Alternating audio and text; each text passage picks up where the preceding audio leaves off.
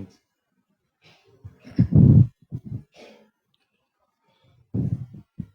வெற்றி வாழ்வு திருச்சபை ஞாயிறு ஆராதனைக்கு வந்திருக்கிற உங்கள் யாவரையும் ஆண்டவரும் இரட்சகருமாக இயேசு கிறிஸ்து நாமத்தில் வாழ்த்தி வரவேற்கிறோம். இன்றைக்கு என்னுடைய பிரசங்கத்தின் தலைப்பு பஸ்காவாகிய கிறிஸ்து. இன்னைக்கு ரொம்ப விசேஷித்தமான ஞாயிறு ஆராதனை. என்னன்னா, இன்னைக்கு நமக்கு குருத்தோலை ஞாயிறு. இதை கிறிஸ்தவ சமுதாயத்துல வருஷம் வருஷம் கொண்டாடுறாங்க. ரொம்ப நல்லது. எல்லா சபை மக்களும் அதை கொண்டாடுவார்கள். இன்றைக்கு நம்ம சபையும் கொண்டாடுகிறது. எதன் அடிப்படையில, எந்த விஷயத்துல அப்படின்னா, சத்தியத்தின் அடிப்படையில, தேவனுடைய வார்த்தையின் அடிப்படையில நாம் இந்த குருத்தோலை ஞாயிறை கொண்டாடுகிறோம். ஆகவே மத்தேயு எழுதின சுவிசேஷம் 21 1-10 வரை வாசிக்கிற ஒரு நீண்ட பகுதி நான் உங்களுக்காக வாசிக்கிறேன். அவர்கள் எருசலேமுக்கு சமீபமாய் சேர்ந்து ஒலிவு மலைக்கு அருகான பெத்பேயுக்கு வந்தபோது இயேசுவானவர் சீஷர்கள் 2 பேரை நோக்கி, உங்களுக்கு எதிரே இருக்கிற கிராமத்துக்கு போங்கள். போன உடனே அங்கே ஒரு கழுதையும் அதனுடைய ஒரு குட்டியும் கண்டிருக்க காண்பீர்கள். அவைகளை அவிழ்த்தின் இடத்தில் கொண்டு வாருங்கள். ஒருவன் உங்களுக்கு எதாகிலும் சொன்னால், இவைகள் ஆண்டவருக்கு வேண்டும் என்று சொல்லுங்கள், உடனே அவைகளை அனுப்பிவிடுவான் என்று சொல்லி அவர்களை அனுப்பினார். இதோ உன் ராஜா சாந்தமுள்ளவராய் இக்கழுதையின் மேலும் கழுதை குட்டியாகிய மரியின் மேலும் ஏறிக்கொண்டு உன்னிடத்தில் வருகிறார் என்று சீயோன் குமாரத்தி சொல்லுங்கள் என்று தீர்க்கதரிசியினால் உரைக்கப்பட்டது. சீஷர்கள் போய் இயேசு தங்களுக்கு கட்டளையிடுவதை செய்து கழுதையும் குட்டியும் கொண்டு வந்து அவைகள் மேல் தங்கள் வஸ்திரங்களை போட்டு அவரை ஏற்றினார்கள். திரளான ஜனங்கள் தங்கள் வஸ்திரங்கள் வழியிலே விரித்தார்கள். வேறு சிலர் மரக்கிளைகளை தரித்து வழியில பரப்பினார்கள். முன்னடப்பாரும் பின் நடப்பாரும் ஆகிய திரளான ஜனங்கள், தாவீதின் குமாரனுக்கு ஓசன்னா, கர்த்தரின் நாமத்தினால வருகிறவர் ஸ்தோத்தரிக்கப்பட்டவர், உன்னதத்திலே ஓசன்னா என்று சொல்லி ஆர்ப்பரித்தார்கள். அவர் எருசலேமுக்குள் பிரவேசிக்கையில் நகரத்தார் யாவரும் ஆச்சரியப்பட்டு இவர் யார் என்று விசாரித்தார்கள். இதனால இது ஒரு நீண்ட பகுதியா இருக்கிறது. இயேசு என்ன பண்றாரு அப்படின்னா, எருசலேமுக்கு சமீபமா வராரு. சமீபம் என்ன நடக்குது அப்படின்னா, பெத்பேகையிலிருந்து அவர் எருசலேமுக்கு பிரயாணம் பண்றாரு. அப்போ ஒரு பிரயாணம் பண்ணும்பொழுது அவர் சொல்றாரு, அவங்களோட சீஷர்கிட்ட சொல்றாரு, என்ன சொல்றாரு அப்படின்னா, ஒரு கிராமத்துக்கு போங்க. அங்க போன உடனே அங்க ஒரு கழுதையை கட்டியிருக்கோம். யாரும் ஏறிடாத கழுதை. அங்க அந்த கழுதி நீ என்ன பண்ணுங்கன்னா கட்டி என்னிடத்தில் கொண்டு வாங்க அப்படின்னு சொல்றாரு. அப்போ அவர் சொல்றாரு, யாருன்னா கேட்டாங்கன்னா, எதுக்கு இந்த கழுதையை எடுத்துட்டு போறீங்க அப்படின்னு கேட்டாங்கன்னா, அவன் சொல்லுங்க, என் ஆண்டவனுக்கு தேவைப்படும், அவன் உங்களை அனுப்பி விடுவான் அப்படின்னு சொல்றாரு இயேசு. அப்போ அதெல்லாம் பண்றாங்க சீஷர்கள். போறாங்க, கிராமத்துக்குள்ள போறாங்க, அந்த கழுதியை அவுக்குறாங்க, அவிழ்த்து அதே போல கேட்கறாங்க. கேட்கும் பொழுது என் ஆண்டவனுக்கு தேவைப்படும்னு சொல்றாங்க. அப்போ அதெல்லாம் ரிலீஸ் பண்றாங்க. கழுதியை எடுத்துட்டு வராங்க. எடுத்துட்டு இயேசு கிட்ட வராங்க. அப்போ இயேசு கிட்ட வரும்பொழுது என்ன நடக்குது அப்படின்னா, வஸ்திரங்கள் என்ன பண்றாங்கன்னா கழுதை மேல போடுறாங்க. கழுதை மேல போட்டு இயேசுவை உட்கார வைக்கிறாங்க. உட்கார வச்சு அவரை என்ன பண்றாங்கன்னா, தங்களுடைய வஸ்திரங்கள் எல்லாம் கழட்டி அவருக்கு முன்பாக விரிக்கிறாங்க. அப்புறம் அந்த மரக்கிளைகளை எடுத்து அவருக்கு என்ன பண்றாங்கன்னா, முன்னடப்போறோம் பின் நடப்போறோம்னா, ஓசன்னா ஓசன்னா கர்த்தர் நாமத்தில் வருகிற ஸ்தோத்தரிக்கப்பட்டவர் என்று சொல்றாங்க. சொல்லி இப்படி அவர் என்ன பண்றாங்க அப்படின்னா, எருசலேமுக்கு கொண்டு வராங்க. அவரை பவனியே கொண்டு வராங்க. கழுதின் மேல உட்கார வச்சு அவர் எருசலேமுக்கு நேரா வருகிறார். என்ன நடக்குது அப்படின்னா, வழக்கத்துக்கு மாறான சம்பவங்கள் நடக்குது. என்னன்னா, இயேசு தன்னுடைய ஊழியத்துல அவர் 3.5 வருஷம் ஊழியம் செஞ்சிருக்காரு. இந்த 3.5 வருஷம் ஊழியத்துல இப்பேற்பட்ட ஒரு காரியம் அவருடைய வாழ்க்கையில நடக்கல. அவர் 3.5 வருஷம் ஊழியத்தில் அவர் நடந்தே தான் ஊழியம் செஞ்சாரு. அவர் நடந்தே ஊழியத்தை செய்யறாரு. நடந்தே எல்லா சுற்றுப்புற கிராமங்களுக்கு எல்லாம் போய் ஊழியத்தை செய்யறாரு. வேதத்துல சுஸ்தமாக்குறாரு. பெரிய பெரிய காரியங்களை, பெரிய பெரிய மகிமையான காரியங்களை அவர் செய்யறாரு. நடந்தே செய்யறாரு.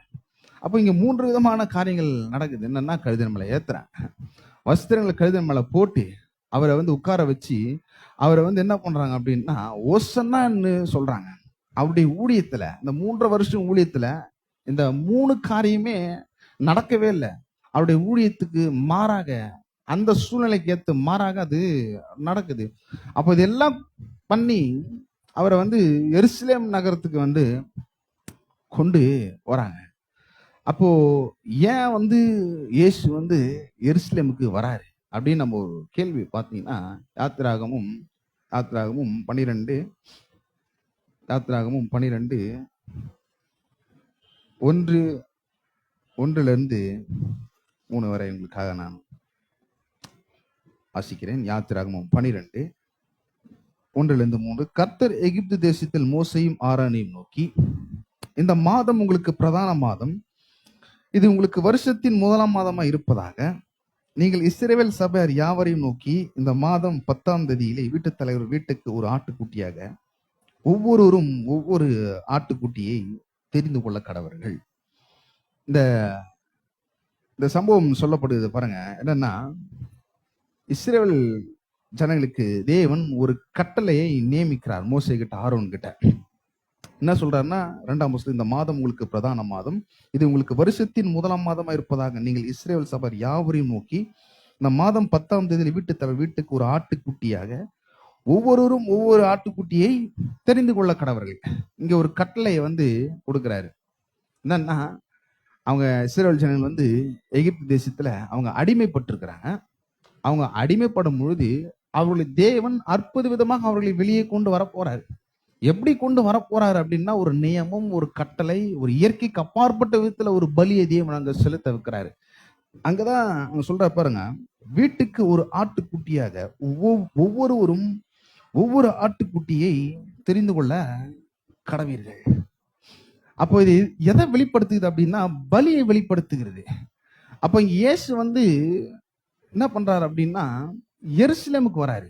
எருசலேமுக்கு வரும்பொழுது அவர் முன்னடப்பாரும் பின்னடப்பாரும் அப்படின்னு சொல்லப்படுகிறது. வேத வல்லுநர்கள், வேத பண்டிதர்கள் என்ன சொல்றாங்க அப்படின்னா, அது வந்து பஸ்கா பண்டிகைய இருக்கிறதுனால சுற்றுப்புறத்தார் இருக்கிற இஸ்ரேல் ஜனங்கள், அந்த யூத ஜனங்கள் என்ன பண்றாங்க அப்படின்னா, தேவாலயத்துக்கு நோக்கி தங்களுடைய பலிகளை எடுத்துட்டு வராங்க. இங்க சொல்லப்படுகிறது இல்லையா, வீட்டுக்கு ஒவ்வொரு ஆட்டுக்குட்டியாக ஒவ்வொரு தலைவனும் அதை தெரிந்து கொள்ள வேண்டும் அப்படின்னு.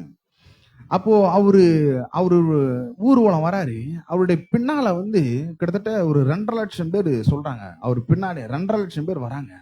எருசலேம்ல இருந்து அவருக்கு முன்னாடி வந்து 1 லட்சம் பேர், கிட்டத்தட்ட இந்த பஸ்கா பண்டிகையின் போது 3 லட்சம் பேர் 3.5 லட்சம் பேர் இந்த இயேசுவை சுத்தி வராங்க. ஏன் அப்படின்னா, பஸ்கா பண்டிகையா இருக்கிறது. எல்லாரும் அவர்கள் என்ன பண்றாங்க அப்படின்னா, அவங்களுக்கு தேவையான அந்த பஸ்கா ஆட்டுக்குட்டியை எடுத்துட்டு அவங்க தேவாலயத்துக்கு போறாங்க. போகும் பொழுது அதை தெரிந்து கொள்ளுகிறார்கள். இந்த இடத்துல இயேசுவும் வருகிறார். இயேசுவும் எருசலேம் நகரத்துக்கு வராரு. இயேசு எதற்காக வரார் அப்படின்னா, அவர் வந்து ஒரு ஆட்டுக்குட்டி எடுத்து வரல, அவர் போய் பலி செலுத்தும்படி வரல. அவங்களுடைய எல்லா பாவங்களுக்கு தக்கதாக அவங்க என்ன பண்றாங்க அப்படின்னா, ஆட்டுக்குட்டியை தெரிவு செய்கிறார்கள்.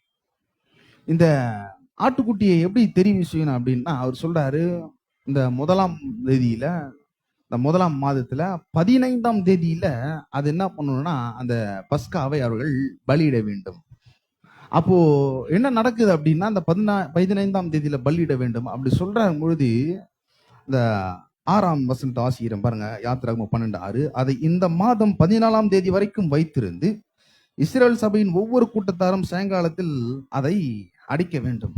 என்ன சொல்றாரு அப்படின்னா, இந்த 3ஆம் வசனத்தை சொல்றாரு பாருங்க. இந்த மாதம் 10ஆம் தேதியிலே, 10ஆம் தேதியில என்னன்னா, 5 நாளுக்கு முன்னாடி ஆட்டை தேர்வு செய்ய வேண்டும் இஸ்ரவேல் ஜனங்கள்.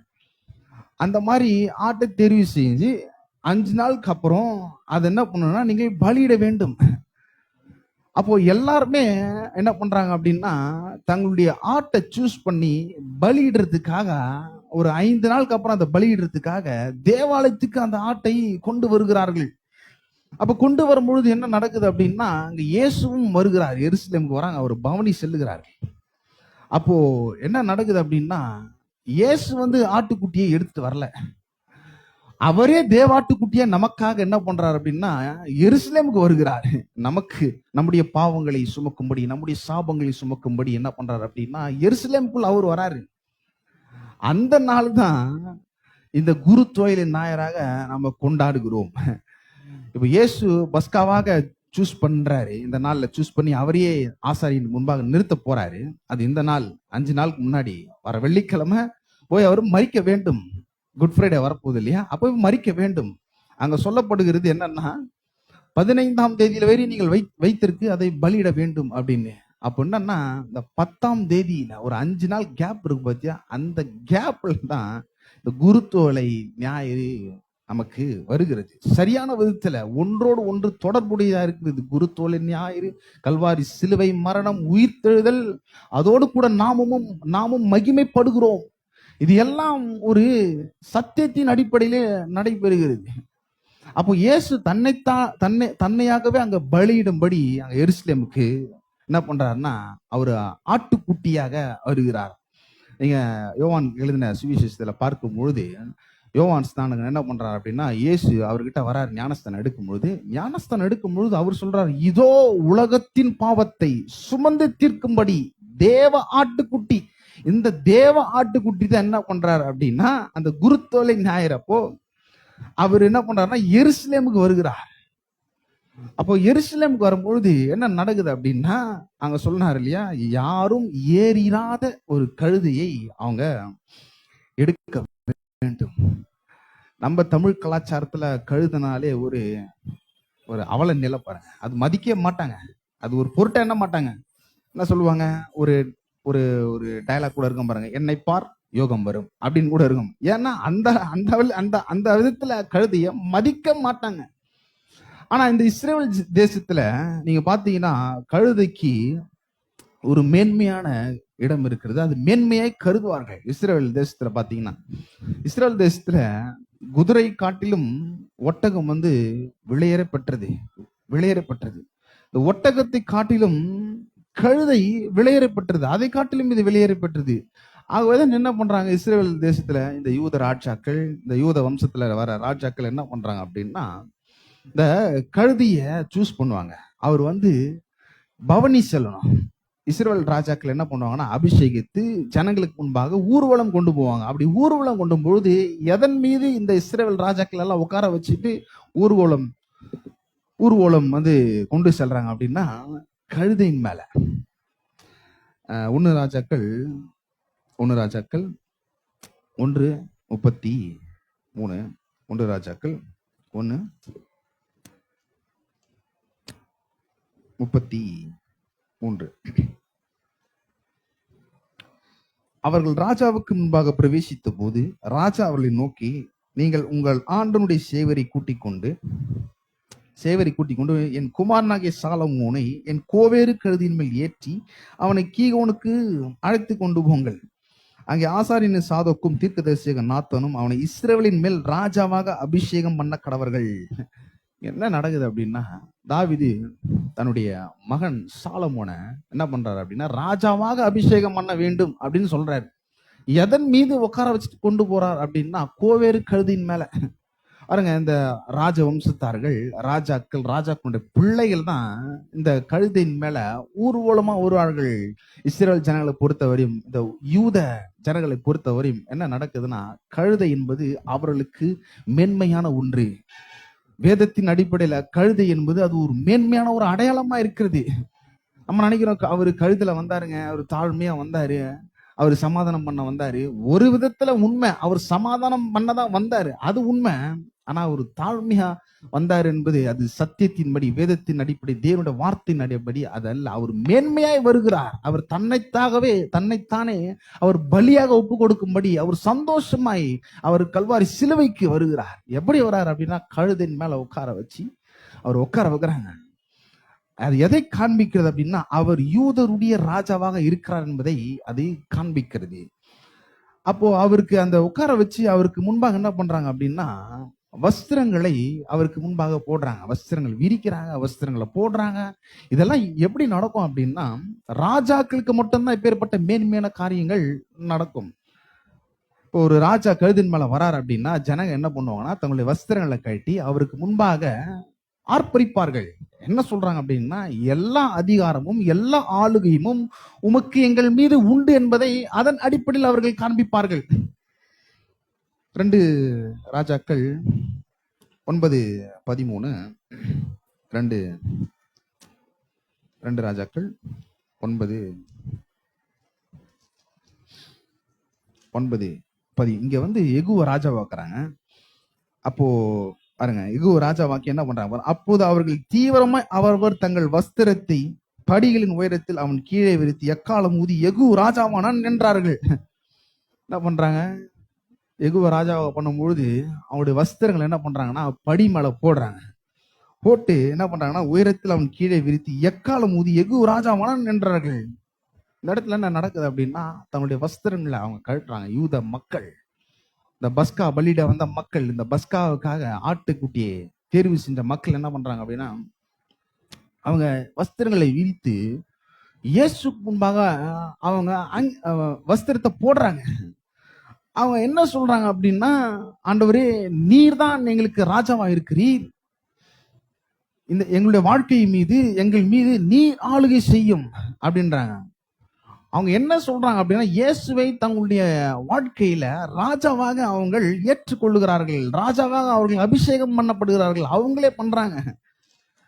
ஆகவேதான் அவங்க அந்த மாதிரி என்ன பண்றாங்க அப்படின்னா, அவரை ராஜாவாக நாங்கள் ஏற்றுக்கொண்ட பிறகு 9ஆம் வசனத்துல மத்தேயு 21:9 முன்னடப்பாரும் பின்னடப்பாரும் ஆகிய திரளான ஜனங்கள் தாவீதின் குமாரனுக்கு ஓசன்னா, கர்த்தரின் நாமத்தினால வருகிறவர் ஸ்தோத்தரிக்கப்பட்டவர், உன்னதத்திலே ஓசன்னா என்று சொல்லி ஆர்ப்பரித்தார்கள்.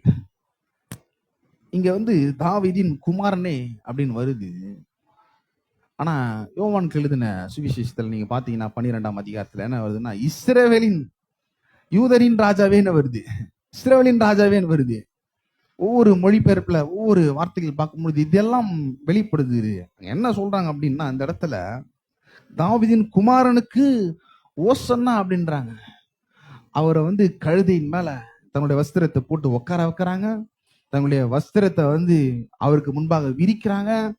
விரிச்சு என்ன பண்றாங்க அப்படின்னா, முன் நடப்பாரும் பின் நடப்பாரும் என்ன பண்றாங்க அப்படின்னா, கர்த்தரின் நாமத்தினால வருகிறவர் ஸ்தோத்தரிக்கப்பட்டவர் ஓசன்னா அப்படின்னு சொல்றாங்க. அவங்க என்ன சொல்றாங்க அப்படின்னா, தங்களுடைய வாழ்க்கையில அந்த காலகட்ட சூழ்நிலை, அரசியல் சூழ்நிலை, யூத மக்கள் என்ன பண்றாங்கன்னா, இயேசுவே நீங்க வந்து என்னுடைய வாழ்க்கையில ஆண்டவராக வாங்க, நீங்க வந்து ராஜாவா இருங்க அப்படின்னு சொல்றாங்க.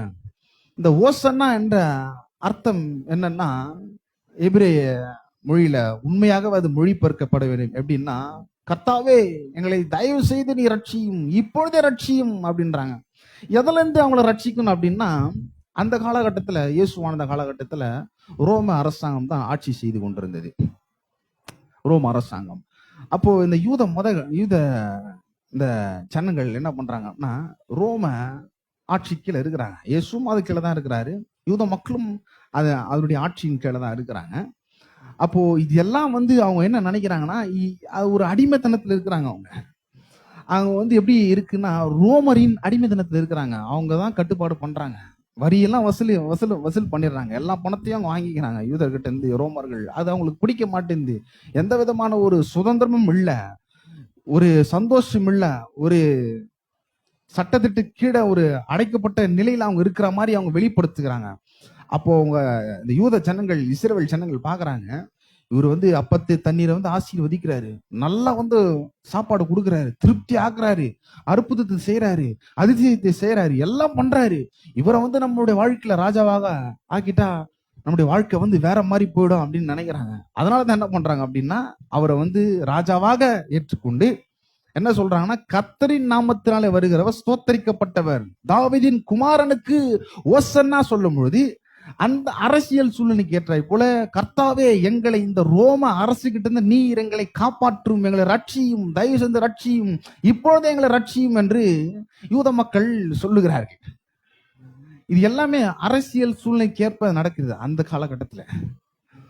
அப்போ இதெல்லாம் நடக்கும் பொழுது அவரு எருசலேம் நகரத்துக்கு போகும்படி இதெல்லாம் நடக்குது. அவங்க எல்லாம் நினைச்சிருப்பாங்க, ரொம்ப சந்தோஷப்பட்டிருப்பாங்க. இன்னைக்கு போயிட்டு பிலாத்து கோட்டையை போயிட்டு ஒன்று மல்லாம ஆக்கி உடச்சி தடித்து பிலாத்தெல்லாம் தர இழுத்துன்னு வரலாம், நம்ம சந்தோஷமா கொண்டாடலாம். அந்த அடிப்படையில் தான் அவங்க என்ன பண்றாங்கன்னா, அந்த குஷி, அந்த மகிழ்ச்சி, அந்த சந்தோஷத்துல என்ன பண்றாங்கன்னா, தன்னுடைய வஸ்திரங்களை விரிக்கிறாங்க. என்னன்னா, இவர் ராஜாவா வந்துட்டாருன்னா கண்டிப்பா ஜெயிச்சிடலாம், ஜெயிச்சுட்டா வாழ்க்கை வந்து ரொம்ப சந்தோஷமா ஆயிடும், அந்த அதான் அடிப்படையில் என்ன பண்றாங்க, வஸ்திரங்களை என்ன பண்றாங்க, அவருக்கு முன்பாக அப்படியே சுத்துறாங்க, போடுறாங்க, சந்தோஷப்படுறாங்க. அப்ப ஓசன்னான்னு சொல்றாங்க. அப்ப சொல்லும் பொழுது அவரு யூத மக்கள் என்ன நினைக்கிறாங்கன்னா, அந்த அரசியல் சூழ்நிலைக்கேற்ப எங்களுக்கு ரட்சிப்பு வேண்டும் என்று அவங்க சொல்றாங்க. ஆனா இயேசுக்கு தெரியும், யூதர்களுக்கு மட்டும் ரட்சிப்பு கொடுக்கும்படி வரல. அவரே சொல்லியிருக்கிறார், இயேசுவே சுவிசேஷத்துல சொல்லியிருக்கிறார் என்னன்னா, யூதர்கள் வழியா ரட்சிப்பு வர வேண்டும். யாருக்கு ரட்சிப்பு வர வேண்டும்? இயேசு பாருங்க, ஒரு நல்ல ஒரு ஆப்பர்ச்சுனிட்டி இயேசுக்கு வருது. அவருக்கு பின்னாடி ஏராளமான லட்சக்கணக்கான மக்கள் கூட்டங்கள் இருக்கிறது. இன்னைக்கு ஒரு தலைவனை ஏற்படுத்தி அந்த தலைவனுக்கு கீழே ஒரு 8 லட்சம் பேர் 10 லட்சம் பேர் இருந்தாலே போயிட்டு என்ன பண்றாங்க அப்படின்னா, ஒரு அரசியல்வாதிகிட்டே ஒரு கட்சியிலேயே போயிட்டு எனக்கு இந்த எம்எல்ஏ சீட் கொடுங்க, நான் ஜெயிச்சு காண்பிக்க முடியும் அப்படின்னு கேட்கறாங்க. ஒரு அரசியல் சூழ்நிலைக்கேற்ப. இப்போ அதே அரசியல் சூழ்நிலைக்கேற்ப இயேசுவும் அந்த இடத்துல வருகிறது, இயேசுக்கும் வருகிறது. ஏகப்பட்ட கூட்டங்கள் இருக்கிறது. அவரால் நினைச்சா பிலாத்தை ஒண்ணுமில்லாமல் செய்ய முடியும். அந்த ஜனக்கூட்டம் இருக்கிறது அதன் அடிப்படையில் இல்ல. இந்த ஜனக்கூட்டம் இல்லாமலே அவருக்கு அதிகாரம் இருக்கு, வல்லம் இருக்கு, எல்லாத்தையும் அவர் செய்ய முடியும். ஏன்னா அவர் மனுஷகுமாரன், தேவனாகவும் இருந்தார், மனுஷனாகவும் இருந்தார். அவரால் எல்லாமே செய்ய முடியும். ஆனா இவ்வளவு ஒரு ஆர்ப்பரிப்பு அவருக்கு முன்பாக இருக்கிறது, இவ்வளவு ஒரு கொண்டாட்டம் அவருக்கு முன்பாக இருக்கிறது. ஆனா அவர் அமைதியா வராரு, எருசலேம் நகரத்தாருக்கு வராரு. எருசலேம் நகரத்துக்கு வரும்பொழுது இன்னைக்கும் அந்த வழி இருக்கு பாருங்க. அவரை கழுதின் மேல பவனி கொண்டு வராங்க. பவனி கொண்டு வராங்க. வரும் பொழுது இப்படி ஸ்ட்ரைட்டா வரும் பொழுது இப்படி வராரு இயேசு. இப்படிதான் வராரு, கழுதின் மேல வராரு. அப்படின்னா வலதுபுறம் ரைட் சைட்ல பிலாத்து கோட்டை, பிலாத்துனுடைய கோட்டை. அதே இடதுபுறம் லெப்ட் சைட்ல என்னன்னா தேவாலயம், தேவாலயம் இருக்கிறது. எல்லாம் சந்தோஷப்படுறாங்க, எல்லாம் ஆர்ப்பரிக்கிறாங்க, மகிழ்ச்சியா இருக்கிறாங்க, எல்லாம் ஆரவாரத்தோடு வராங்க. இன்னைக்கு பிலாத்து கோட்டைக்கு போயிடலாம், சந்தோஷமா வராங்க. ஓசன்னா ஓசன்னா, தாவீதின் குமாரனை ஓசன்னா அப்படின்னு சொல்லிட்டு ஆர்ப்பரிச்சுட்டு ஒரு மன மகிழ்ச்சியோடு வராங்க.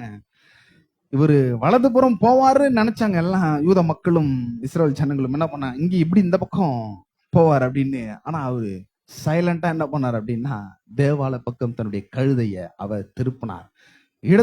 அதாவது வலதுபுறமாக அவர் திருப்பிட்டார், லெஃப்ட் பக்கம் அவரு திருப்பிட்டாரு. ஏன் அவரு தேவாலயத்துக்கு போகணும்? அவரால் வலதுபுறம் போயிருந்தா பிலாத்தை ஒண்ணுமில்லாமல் பண்ணியிருக்க முடியும், பிலாத்தினுடைய ஆட்சியை கலைச்சிருக்க முடியும். இவர் ராஜாவாக ஆகி யூத மக்களுக்கு எல்லாம் இவர் அரசாண்டு இருக்க முடியும். அவர் அந்த பக்கம் போல. ஏன்னா அவர் அதற்காக வரவே இல்லை. அவர் என்ன பண்றாரு அப்படின்னா, தேவாலயத்து பக்கம் வராரு. ஏன் அப்படின்னா, அவர் வலதுபுறம் போயிருந்தார் அப்படின்னா யூதர்களை மட்டும் ரட்சித்திருக்க முடியும், யூதர்களை மட்டும் அவர்களை ரட்சித்து அவருடைய நல்ல விதத்துல வழி நடத்தி இருக்க முடியும்.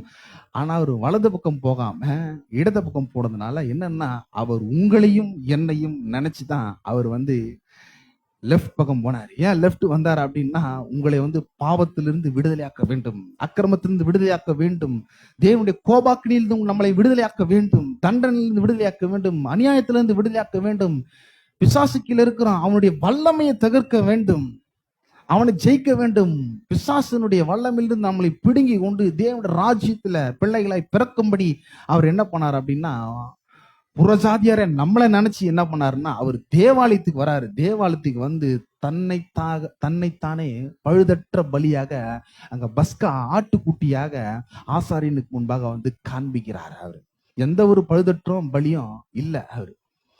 அப்போ யூதர்கள் நினைச்சிருப்பாங்க, இவரு கழுதின் மேல வர்றதுனாலதான் வெற்றி அப்படின்னு. அவர் கழுதின் மேல வந்ததுனால வெற்றி இல்ல, அவர் கல்வாரி சிலுவைக்கு போனதுனாலதான் வெற்றி. அப்போ கல்வாரி சிலுவைக்கு போனதுனால அவர் வெற்றி அடைந்திருக்கிறார். எல்லாம் ஓசன்னா ஓசன்னா கத்தன கூட்டம். 2 நாள் அந்த ஒரு வாரத்துல அந்த எல்லா கூட்டமும் இவனை சிலுவையில் அறையும் என்று சொல்றாங்க. அப்படிப்பட்ட மனிதர்கள் நீங்க பார்த்துருக்கீங்களா? நமக்கு முன்பாக நல்லா ஆஹா ஓ, அப்புறம் நம்ம போயிட்டு பிறகு நம்மள புரணி பேசுவாங்க. இயேசுக்கு அது நல்லா தெரியும். இந்த கூட்டம் அவரை புகழ்கிறது, ஆராதிக்கிறது, ஒசன்னான்னு கத்துது. ஆனா அவரு தேவாலயத்துக்கு போனதுனால கோபம், அவர் மேல கோபம் வந்துச்சு, பொறாம வந்துச்சு. இவருன்னா அங்க போறன்னு பார்த்தா நம்மளை விடுதலையாக்குன்னு பார்த்தா இவர் ஏன் தேவாலயத்துக்கு போனாரு? அப்படின்னு ஒரு கோபம் வந்த பிறகு என்ன பண்றாங்கன்னா, இவனை சிலுவையில் அறையும், சிலுவையில் அறையும் என்று சத்தமிடுறாங்க. அதே மக்கள். அவரு கழுதின் மேல போனதால மட்டும் வெற்றி இல்ல, கல்வாரி சிலுவையின் மீது ஏறினதுனால தான் நமக்கு வெற்றியே தேவன் கொடுத்திருக்கிறார். கொலைசீர் எழுதின நிருபம் 2ஆம் அதிகாரம், கொலைசீர் எழுதின நிருபம்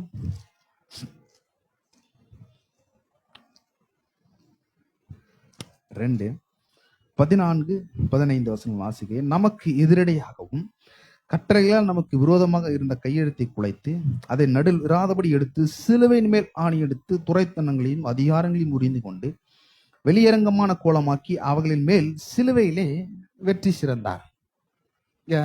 சிலுவின் மேல் வெற்றி சிறந்தார் வருது. இங்க புது மொழிபெயர்ப்புல வாசிக்கிறேன். திருவில்லியம் ஆர்சி இந்த வசனத்தை வாசிக்கிறேன் பாருங்க. கொலோசியர் 2:14-15. நமக்கு எதிரான ஒப்பந்த விதிகள் பல கொண்ட கடன் பத்திரத்தை அவர் அழித்து விட்டார். அதை சிலுவையில் வைத்து ஆணி அடித்து அறவே ஒழித்து விட்டார். தம் சிலுவினால் கிடைத்த வெற்றியினால் ஆட்சியாளர் அதிகாரம் கொண்டார். ஆகியோரின் படற்கலன்களை கிறிஸ்து பிடுங்கிக் கொண்டு அவர்களை இகழ்ச்சிக்குள்ளாரமாக ஊர்வலமாக இழுத்து சென்றார். என்ன நடந்தது அப்படின்னா, கல்வாரி சிலுவையில இயேசு என்ன பண்ணிருக்காரு அப்படின்னா, ஆவி மண்டலத்துல என்ன நடந்தது அப்படின்னா, பிசாசி அவனுடைய வல்லமையும் அவனுடைய அதிகாரத்தையும் அவனுடைய ஒட்டுமொத்த சேனையும் என்ன பண்ணிருக்காரு அப்படின்னா, அவர் கல்வாரி சிலுவையில அவனுடைய தலையை நசுக்கி எல்லாமே ஒன்றுமில்லாமல் தகத்தெறிந்து கல்வாரி சிலுவையில அவன் மேல ஆணி அடிச்சு அவனை ஒன்றுமில்லாமல் ஆக்கி என்ன பண்ணிருக்கிறார் அப்படின்னா, அவனை பிடிச்சி தர தர தர தர என்ன பண்ணிருக்கிறார் அப்படின்னா, கல்வாரி சிலுவையில ஊர்வலமாக இழுத்து சென்றார். பகிரங்கமாக இழுத்து செல்லுகிறார். எல்லாரும் கண்களுக்கு முன்பாக. அங்க இந்த யூத மக்கள் என்ன நினைச்சிருப்பாங்க அப்படின்னா, இந்த கழுதின் மேல வர இயேசு ஊர்வலமா வராரு, எல்லா மக்களும் பாக்குது. இன்னைக்கு சரீர பிரகாரமாக நமக்கு வெற்றி உண்டு நினைச்சிருக்கிறாங்க. ஆனா இயேசு கிறிஸ்து நமக்காக கல்வாரி சிலுவையில ஏறினதுனால ஆவியின் மண்டலத்துல என்ன நடந்தது அப்படின்னா, அவர் அங்க ஊர்வலம் போயிருக்கிறார். அவர் அங்க என்ன பண்ணிருக்கிறார் அப்படின்னா, நமக்காக வெற்றியை சம்பாதித்து வெற்றியை ப்ரொக்ளைம் பண்ணுகிறார், வெற்றியை ஆர்ப்பரித்திருக்கிறார். அப்போ என்ன நடந்துருது அப்படின்னா, இதுவரையும் அவருடைய வாழ்க்கையில அவரு தன்னுடைய ஊழியத்தை ஆரம்பிக்கும் போது சொல்றாரு என்னன்னா, என் வேலை இன்னும் வரல அப்படின்னு சொல்றாரு. காண ஒரு கல்யாணத்துல அவர் அழைக்கப்படுறாங்க. அவர் அழைத்த பொழுது அவரும் காண ஒரு கல்யாணத்துல இருக்கிறாரு. அப்போ அவரு காண ஒரு கல்யாணத்துல இருக்கும் பொழுது திராட்சை ரசம் குறைவுபடுது. அப்போ இந்த திராட்சை ரசம் குறைவுபடும் பொழுது தன்னுடைய தாய் மரியாள் வராங்க. என்ன நடக்குது அப்படின்னா, அவங்ககிட்ட சொல்றாங்க, திராட்சை ரசம் இல்ல, குறைவுபட்டுச்சு, ஏதாவது பொண்ணுன்னு சொல்றாங்க. அப்ப இயேசு சொல்றாரு, என் வேலை வரவில்லை. இந்த யோவான் சுவிசேஷத்துல நம்ம தொடர்ந்து நீங்க வாசிச்சீங்கன்னா மறுபடியும் இயேசு சொல்லுவார் என்னன்னா, என் வேலை இன்னும் வரல. அவர் எதை சொல்றாரு அப்படின்னா, என் வேலை இன்னும் வரல அப்படின்னா, கல்வாரி சிலுவையை பத்தி பேசுகிறார். என் வேலை இன்னும் வரல அப்படின்னு சொல்லிட்டு இந்த 3 வருட ஊழியத்துல அவர் இயற்கைக்கு அப்பாற்பட்ட விதத்துல பெரிய பெரிய அற்புதங்கள், மகிமையான காரியங்கள் அவர் அந்த கல்வாரி சிலுவையின் மீது அவர் என்ன பண்ணிருக்கிறார் அப்படின்னா நமக்காக செய்து முடித்திருக்கிறார். இந்த 3 வருஷம் ஊழியத்துல இப்பேற்பட்ட மகிமையான காரியங்கள் நடக்கல. அவர் சொல்றாரு மறுபடியும் என் வேலை வரல அப்படின்றாரு. அவர் சொல்றாரு வேலை வரல, ஆகவே வேலை வரலன்றதுல அவர் என்ன பண்ணிருக்காருன்னா ஏகப்பட்ட வேலை செஞ்சிருக்கிறாரு. உண்மையான வேலை அது எல்லாமே. அதெல்லாம் அந்த 3 வருஷம் ஊழியத்துல என்னன்னா எல்லாமே ஒரு ட்ரைலர் மாதிரி, அதெல்லாம் ஒரு சாம்பிள் மாதிரி. மெயின் பிக்சர் என்னன்னா, மெயின் பிக்சரு கல்வாரி சிலுவை. அங்க வர்றதுதான் அவருடைய வேலை. அவர் வேலை வரலன்னு சொல்லிட்டு இந்த 3 வருஷம் ஊழியத்துல என்னென்னலாம் பண்றாரு பாருங்க. லாசரு உயிரோட எழுப்புறாரு, மரித்து போன லாசரு எழுப்புறாரு, வியாதிஸ்தர்களை சுஸ்தமாக்குறாரு, சப்பானிகளை நடக்க செய்யறாரு, குருடர்களை பார்வடைய செய்கிறாரு. இந்த மாதிரியான பல அற்புதங்களை அவர் செய்கிறார். அவர் சொல்றாரு, அப்போ என்னன்னா கல்வாரி சிலுவைக்கு வரும்பொழுது அவர் சொல்றாரு என் வேலை வந்தது. ஏன்னா குமாரன் மகிமைப்பட வேண்டும். நான் சும்மா சொல்றேன்னு நினைச்சுக்காதீங்க. யோவான் எழுதின சுவிசேஷம் 12ஆம் அதிகாரம் 3. அப்பொழுது இயேசு அவர்களை நோக்கி, மனுஷகுமாரன் மகிமைப்படும்படியான வேலை வந்தது. பாருங்க, அவர் சொல்றாரு மனுஷகுமாரன் மகிமைப்படியான வேலை வந்தது. அந்த வேலை என்னன்னா, கல்வாரி சிலுவையில போக வேண்டும், அங்க போய் பாடுபட வேண்டும், மரிக்க வேண்டும், அவமானப்பட வேண்டும், அவர் நிந்தனைக்குள்ளாக்க வேண்டும். இதெல்லாம் யாருக்காக பண்றாரு? நமக்காக பண்றாரு. அவர் பாருங்க, கல்வாரி சிலுவைக்கு கொண்டு போகும்போது அவரை அவமானப்படுத்துறாங்க. அவர் ராஜாதி ராஜா, கர்த்தாதி கர்த்தர், அவர் பரிசுத்தர், பூரணமான தேவன். அந்த தேவன் இந்த பூமியில எதற்காக வந்தார்? அந்த நோக்கத்தை அவர் வெளிப்படுத்துகிறார். பாருங்க, ஏன்னா என்னோட நோக்கம் எருசலேமுக்கு மட்டும் போயிட்டு பிலாத்துவ காலி பண்ணி அந்த ஆட்சியை பிடிக்க வேண்டும், அது கிடையாது.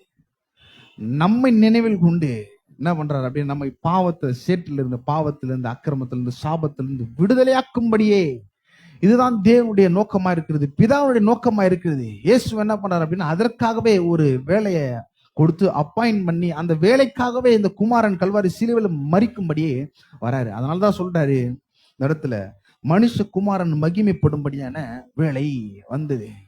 அப்போ அவர் மகிமை பட்டிருக்கிறார் அப்படின்னா, இன்றைக்கு நம்முடைய வாழ்க்கை எப்பேற்பட்ட ஒரு மகிமையான வாழ்க்கையை இருக்க வேண்டும், எப்பேற்பட்ட விதமான அற்புதத்தினால், அதிசயத்தினால் இருக்க வேண்டும். இந்த தேவன் புதிய புதிய காரியத்தை செய்கிறவராக இருக்கிறார். அவர் சொல்றாரு, இதோ நான் புதிய காரியத்தை செய்கிறேன்.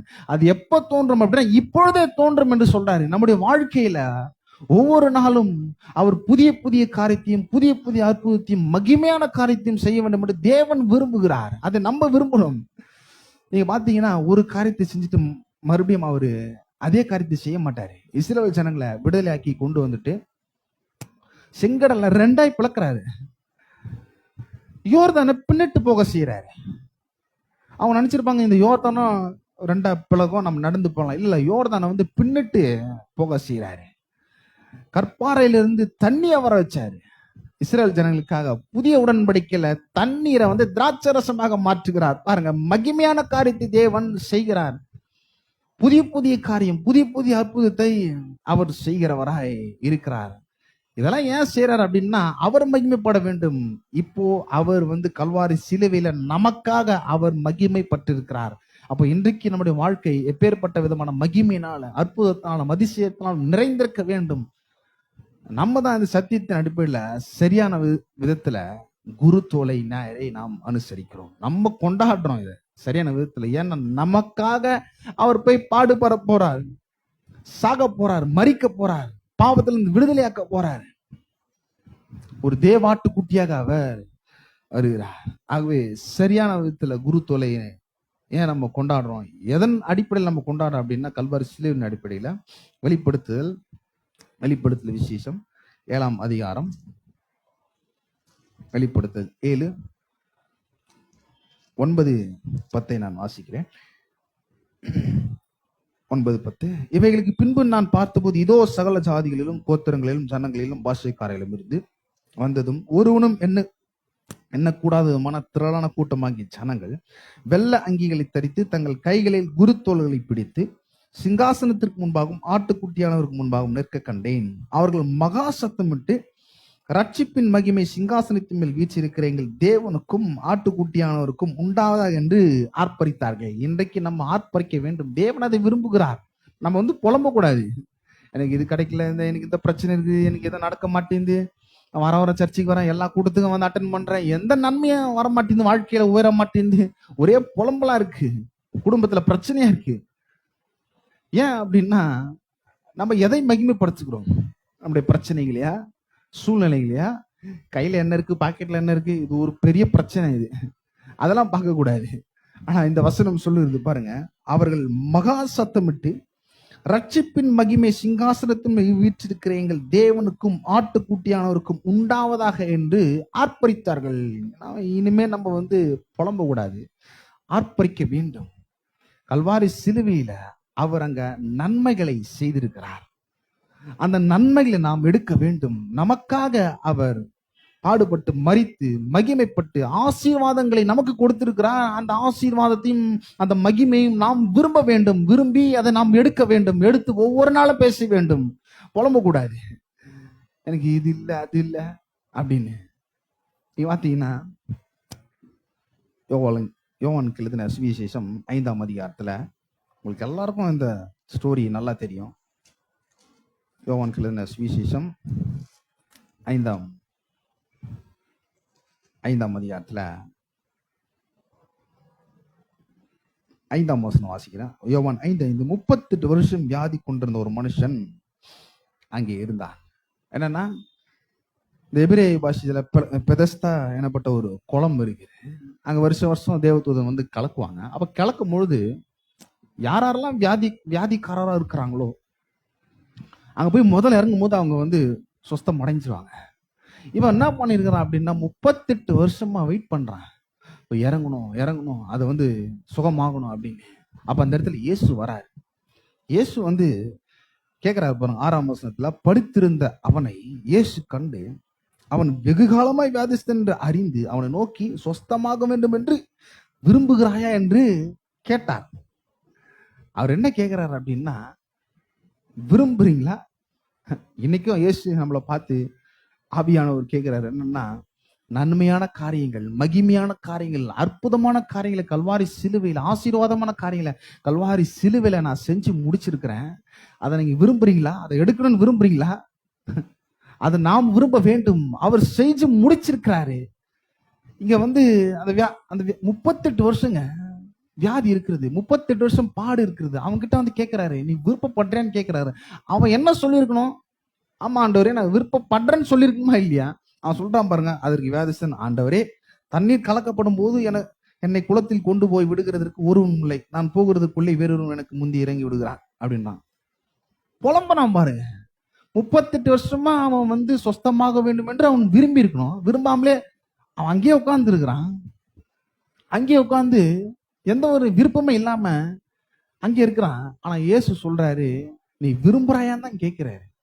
அவன் புலம்புறான் பாருங்க, ஆண்டவரே, தூக்கின்னு போறதுக்கு ஆள் இல்லை ஆண்டவரே, அதுக்குள்ளே யாருன்னா இறங்கிடுறாங்க ஆண்டவரே, நான் 10 நிமிடம் ஓரமா கலக்கப்படாம நான் திரும்பலான்னு பார்த்தேன். இதா இயேசு கேட்டாரு? விரும்புறாயான்னு கேட்டாரு. அவன் என்ன சொல்லியிருக்கணும் அப்படின்னா, விரும்புறேன்னு சொல்லியிருக்கணும். இன்றைக்கும் அவர் கல்வாரி சிலுவையில ஏகப்பட்ட ஆசீர்வாதங்கள் நமக்காக நன்மையான காரியங்களை வச்சிருக்கிறாரு. இந்த 38 வருஷம் பாடுள்ள மனுஷனை போல என்ன பண்றாங்க அப்படின்னா புலம்புறாங்க, எனக்கு அது கிடைக்கல, எனக்கு இது இல்ல, குடும்பத்துல பிரச்சனை. ஆண்டவருக்கு எல்லாமே தெரியும்.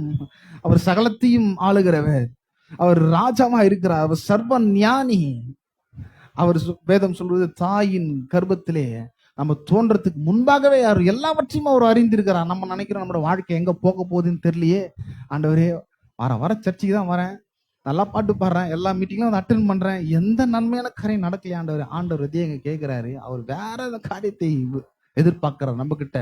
நம்ம விரும்ப வேண்டும், நாம நல்லா இருக்குன்னு விரும்ப வேண்டும், நான் ஆசீர்வாதமா இருக்க வேண்டும் விரும்ப வேண்டும். முதல்ல விரும்புங்க. அவர் ஏற்கனவே எல்லா காரியத்தையும் செய்து முடிச்சிருக்கிறார் கல்வாரி சிலுவையில. நான் நிச்சயமா ஐஸ்வர்யவானா இருப்பேன், ஆசீர்வதிக்கப்பட்டவனா இருப்பேன், சுகமா இருப்பேன், பாக்கியவனா இருப்பேன், விடுதலையாக்கப்பட்டவனா இருப்பேன். இதெல்லாம் நீங்க விரும்பினாதான் வாயிலிருந்து வரும், விரும்பலன்னா வாயிலிருந்து வராது. அப்படி உம்முன்னு இருக்கக்கூடாது. நீங்க அப்படி உம்முன்னு இருந்தீங்கன்னா பிரச்சனையின் மத்தியில, சோர்வின் மத்தியில என்ன பண்றீங்கன்னா, அந்த பிரச்சனைக்கு, அந்த சோர்வுல இன்னும் பழ ரசத்தை ஊத்துறீங்க. அதாவது பழத்தை பிழியும் போது ரசம் வரும் பத்தியா, அது வந்து அதற்கு சமானமா இருக்குது. நம்ம அமைதியா இருக்கும் போது அந்த பிரச்சனைக்கு ஏத்த போல, அந்த பாவத்துக்கு ஏத்த போல அந்த ரசத்தை பிழிஞ்சு பிழிஞ்சு பிழிஞ்சு இன்னும் அதிகமாக்குறோம். வாயை திறந்து சொல்ல வேண்டும், இல்ல இல்ல இல்ல இல்ல, கர்த்தர் என்னோடு கூட இருக்கிறார், நான் பயப்பட மாட்டேன், அவரே வலதுகையை பிடிச்சிருக்கிறாரு. பேர்பட்ட மேன்மையான காரியங்களை நாம் விரும்புகிறவர்களா இருக்க வேண்டும், ஆர்ப்பரிக்க வேண்டும். அவர் மகிமைப்பட்டிருக்கிறார், தேவாட்டுக்குட்டியாய் நமக்காக கல்வாரி சிலுவையில மரித்திருக்கிறார். இந்த மகிமையான காரியங்கள், அற்புதமான காரியங்களை எடுத்து குரு தொழில் கையில் எடுத்து நாம் ஆர்ப்பரிக்கிறவர்களா இருக்க வேண்டும். ஒவ்வொரு நாளும் இதை நாம் செய்ய வேண்டும். பயப்படக்கூடாது, புலம்ப கூடாது. பாக்கெட்ல என்ன இருக்கு, பர்ஸ்ல என்ன இருக்கு, அக்கௌண்ட்ல என்ன இருக்கு, பேக்ல என்ன இருக்கு, கடுகு டப்பால என்ன இருக்கு, இதை பார்க்க கூடாது. கர்த்தருடைய வார்த்தையை பார்க்கணும், கர்த்தருடைய வாக்குத்தத்தத்தை பார்க்கணும். ஏன்னா அவர் எல்லாமே அங்க செய்து முடிச்சிருக்கிறாரு. இப்ப உள்ள பரிசுத்த ஆவியானுடைய வல்லமையினால் இயேசு இருக்கிறார். உயிர்த்தெழுதலின் வல்லமை, அந்த உயிர்த்தெழுதலின் மகிமை, இந்த உயிர்த்தெழுதலின் பெரிய பெரிய அற்புதங்கள், பெரிய பெரிய அதிசயங்கள் தேவன் நம்மளை மாற்றிருக்கிறார். ஆகவே இந்த கிறிஸ்தவ வாழ்க்கையை பாருங்க, ஒரு நல்ல வாழ்க்கை நம்ம நல்லா வாழும்படி தேவன் கொடுத்திருக்கிறார். நல்ல வாழும்படி வாரம் வாரம் சர்ச்சைக்கு வந்துட்டு 5 நாள் பிரச்சனையில் இருக்கும்படி கிடையாது. எல்லா நாளுமே வெற்றி உள்ளவர்களா, எல்லா நாளுமே கர்த்தருடைய நன்மைகளை அனுபவிக்கும்படியாய் நாம் இந்த கிறிஸ்தவ உலகத்துல நாம் மறுபடியும் பிறந்திருக்கிறோம். இதற்காகவே தேவன் நம்மளை அழைத்திருக்கிறார். இதற்காக தேவன் நம்மளை தெரிந்து கொண்டிருக்கிறார். நம்ம நல்லா வாழும்படி நல்ல நல்ல வார்த்தைகள், இந்த வாக்குத்தத்தமான வார்த்தைகள் தேவனுடைய வசனத்தில் இருக்குது. இதை எடுங்க, இதை விருப்பப்படுங்க, இதை பேசுங்க, ஆர்ப்பரியுங்கள், சந்தோஷமா இருப்போம். ஆமே. நாம் யாவரும் எழுந்து நிற்போம். நாம் நன்றி செலுத்துவோம். ஹல்லேலூயா. ஸ்தோத்திரம் ஆண்டவரே, நன்றி. அப்போ இன்னைக்கு இந்த குருத்தோலை ஞாயிறுல என்னன்னா, அவர் ஏற்கனவே எல்லாவற்றையும் செய்து முடித்த மகிமையான ராஜாவாய் நமக்கு இருக்கிறார். அந்த மகிமையான காரியங்களை நாம் எடுக்க வேண்டும். அந்த மகிமையான காரியத்தை, அந்த அற்புதத்தை, அதிசயத்தை நாம் ஆர்ப்பரிக்க வேண்டும், பேச வேண்டும், அதை விரும்ப வேண்டும். நல்ல நல்ல வாழ்க்கை தேவன் நமக்காக வச்சிருக்கிறார், நன்மையானவர்களை வச்சிருக்கிறார். நம்ம நன்றி செலுத்துவோம். பரலோக பிதாவே, குமாரனாகிய இயேசுவின் நாமத்தில் உம்மிடத்தில் வருகிறோம் ஆண்டவரே. இந்த அற்புதமான இந்த காலை வேலைக்காக நன்றி செலுத்துகிறோம். இந்த குருத்தோலை ஞாயிறுக்காக நாங்கள் நன்றி செலுத்துகிறோம். ஆண்டவரே, நீர் எங்களுக்காக பாடுபட்டு இருக்கிறீர், எங்களுக்காக மரித்திருக்கிறீர். தேவனால் ஏற்படுத்தப்பட்ட பலியாக நீர் வந்து எல்லாவற்றையும் செய்து முடித்திருக்கிறீர். அதற்காக நன்றி செலுத்துகிறோம் ஆண்டவரே. ஆண்டவரே, கிறிஸ்துவுக்குள்ள நீர் பாவத்தை மன்னித்திருக்கிறீர், அக்கிரமத்தை மன்னித்திருக்கிறீர், வியாதி விலக்கி இருக்கிறீர். ஆண்டவர் நல்வாழ்வை கொடுத்திருக்கிறீர், பூரண வாழ்வை கொடுத்திருக்கிறீர், ஆரோக்கியத்தை கொடுத்திருக்கிறீர், ஐஸ்வர்யத்தை கொடுத்திருக்கிறீர், செழிப்பை கொடுத்திருக்கிறீர், முன்னேற்றத்தை கொடுத்திருக்கிறீர். இது எல்லாவற்றையும் நாங்கள் விரும்ப வேண்டும். நல்வாழ்வை கொடுத்திருக்கிறீர், வெற்றியை கொடுத்திருக்கிறீர், சமாதானத்தை கொடுத்திருக்கிறீர், சந்தோஷத்தை கொடுத்திருக்கிறீர், மன மகிழ்ச்சியை கொடுத்திருக்கிறீர். ஆண்டவரே, நல்ல ஒரு நிம்மதியான வாழ்க்கை நீர் எங்களுக்கு கிறிஸ்துவின் மூலமாக, இயேசு மூலமாக நீர் எங்களுக்கு கொடுத்து, எப்படி கல்வாரி சிலுவையின் அடிப்படையில், இந்த கல்வாரி சிலுவையின் மீது நீர் வெற்றியை எடுத்திருக்கிறீர், மகிமைப்பட்டிருக்கிறீர். இது எல்லாவற்றையும், இந்த மகிமையான காரியங்கள், அற்புத விதமான காரியங்கள் நாங்கள் விரும்புகிறோம். இந்த விருப்பம் எல்லாம் எங்களுடைய வாழ்க்கையில நிஜமாகட்டும் ஆண்டவரே. ஸ்தோத்தரிக்கிறோம் ஆண்டவரே. தேவைகளோடு வந்திருக்கிறவர்கள் இயேசுவின் நாமத்தினால் அவர்கள் தேவைகள் சந்திக்கப்படட்டும். இந்த கல்வாரி சிலுவையின் அடிப்படையில், ஏன்னா தரித்திரத்தை நீர் சுமந்திருக்கிறீர், எங்களை ஐஸ்வர்யவான்களாய் நீர் மாற்றிருக்கிறீர். அந்த சத்தியத்தின் அடிப்படையில், தேவனோட வார்த்தையின் அடிப்படையில இந்த தேவையில் சந்திக்கப்படட்டும். வியாதி உள்ளவர்களுக்காக நாங்கள் ஜெபிக்கிறோம் ஆண்டவரே. கல்வாரி சிலுவையில ஆண்டவர் உம்முடைய குமாரனை அனுப்பி ஆண்டவர் அவரை நீ நொறுக்க சித்தமா இருக்கிறீர். ஏனென்றால் அவர் தழும்பு உண்டாகும்படி நாங்கள் இப்போ சுகமா இருக்கிறோம். எங்களுடைய உடம்புல, எங்களுடைய சரீரத்துல எங்களுக்கு சுகத்தை உண்டாக்க வேண்டும், சுகம் பதிய வேண்டும். ஆகவே அவருடைய சரீரத்துல தழும்பை நீர் பதிய வச்சு எங்களுடைய சரீரத்துல இன்றைக்கு வியாதிகள் இருக்க முடியாது. கல்வாரி சிலுவையில இயேசு கிறிஸ்து அதை செய்து முடித்திருக்கிறார். அந்த ஆசீர்வாதத்தை நாங்கள் எடுக்கிறோம், அதை நாங்கள் விரும்புகிறோம் ஆண்டவரே. வியாதிகள், வலிகள், வேதனைகள், பயங்கள் இயேசுவின் நாமத்தினாலே அது இப்பொழுது நீங்கினதற்காக நாங்கள் நன்றி செலுத்துகிறோம் ஆண்டவரே. அது எங்களுடைய சரீரத்துல இருக்கிறதுக்கு இடம் கிடையாது. ஏனென்றால் நீ தழும்பை உம்முடைய சரீரத்துல வாங்கி கொண்டு எங்களுடைய சரீரத்துல நாங்கள் சுகத்தை வாங்கி கொள்ளுகிறோம், பெற்றுக் கொள்ளுகிறோம் ஆண்டவரே. விரும்புகிறோம். நீ தொடர்ந்து மகிமையான காரியத்தை செய்வீராக. எல்லா துதிக்கான மகிமை உமக்கு செலுத்துகிறோம். இயேசுவின் நாமத்தில் நாங்கள் ஜெபிக்கிறோம். ஆமென். நம்முடைய கர்த்தராகிய இயேசு கிறிஸ்துவின் கிருபையும், பிதாவாக தேவனுடைய அன்பும், பரிசுத்த ஆவியானுடைய ஐக்கியமும் பாதுகாவலும் இன்றும் என்றும் சதா காலங்களில் இருப்பதாக. ஆமென்.